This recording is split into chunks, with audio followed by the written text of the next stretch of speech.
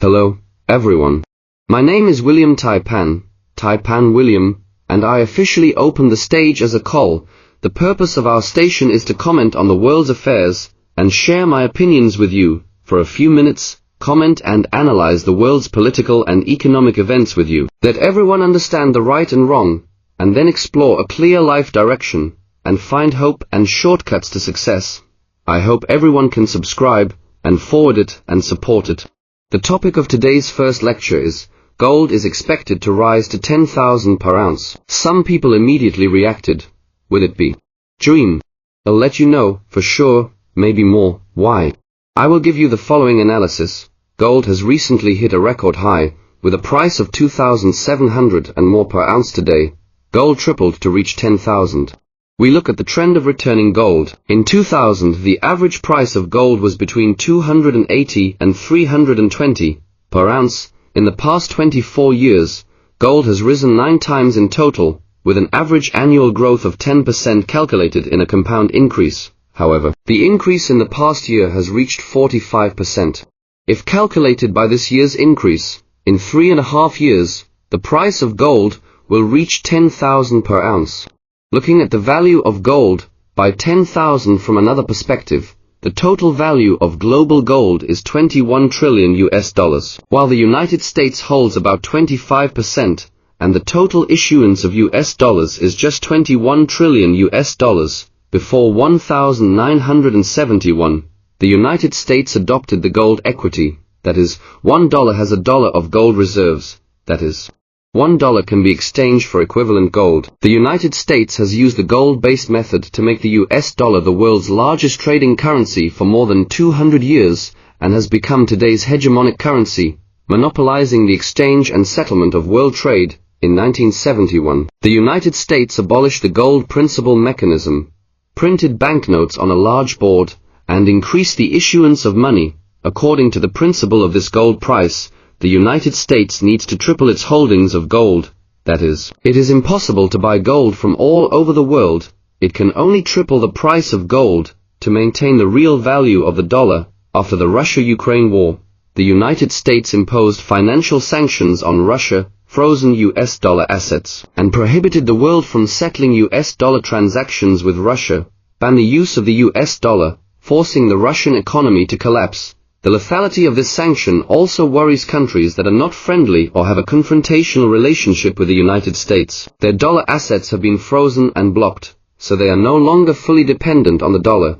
They began to increase their gold reserves to reduce risks. At the same time, the indiscriminate issuance of the US dollar has led to the depreciation of the US dollar. To ensure the stability of the domestic currency, it has to convert to gold. Therefore, gold has risen sharply since the Russia-Ukraine war.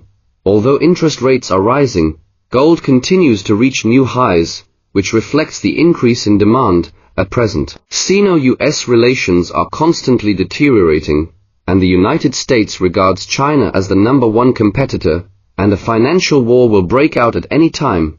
We have to worry about the safety of the $3 trillion of government bonds held by China. The only way to ensure safety is to convert the $3 trillion of government bonds into gold. In fact, China has begun to increase its holdings of gold in recent years, but the $3 trillion of gold accounts for about 14% of the world's total, and the global annual gold production is about 3,500 tons, about $260 billion. $3 trillion is equivalent to 11 years of gold production.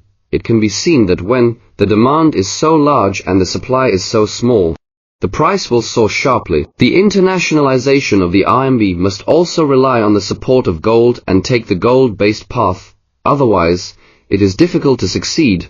We will analyze the role of gold in the internationalization of the RMB later. At present, the countries that buy the most gold in the world usually include the following. 1. China. China is the world's largest gold consumer, mainly used for jewelry and investment. 2. India. India's gold consumption is mainly concentrated in jewelry and festival investment. 3. United States. The United States also plays an important role in gold investment and jewelry consumption. 4. Germany. Germany is the largest gold consumer in Europe and is mainly used for investment. 5. Turkey. Turkey has a strong gold culture and consumes a lot. The price of gold is affected by many factors, including 1. Supply and demand relationship. Gold mining volume and market demand directly affect the price. 2. Economic situation. The health of the global economy, such as economic growth, inflation and unemployment, will affect investors' demand for gold. 3. Interest rate. Lower interest rates usually push up the price of gold because the opportunity cost of holding gold is reduced. 4. Strength and weakness of the US dollar. Gold is usually depreciated in US dollars, and when the US dollar depreciates, the price of gold tends to rise. 5. Geopolitical risks. Factors such as political instability or war will push investors to seek safe-averse assets, such as gold. 6. Policies of central banks. The gold reserves and purchasing policies of central banks will also affect market supply and demand. 7. Investor sentiment. Changes in market sentiment and investor confidence will lead to fluctuations in gold prices. The interaction of these factors makes the price of gold fluctuate to a certain extent. In general, we believe that gold will break through 10,000 per ounce in the medium and long term, or even in 3 to 5 years. Today's analysis of the trend and value of gold demand ends here. Next time we will talk in detail about the return of gold and real estate investment, stock investment, and the buying and selling methods and options for investing in gold. Thank you for listening. Please remember to subscribe, like and share. Thank you, everyone. Bye.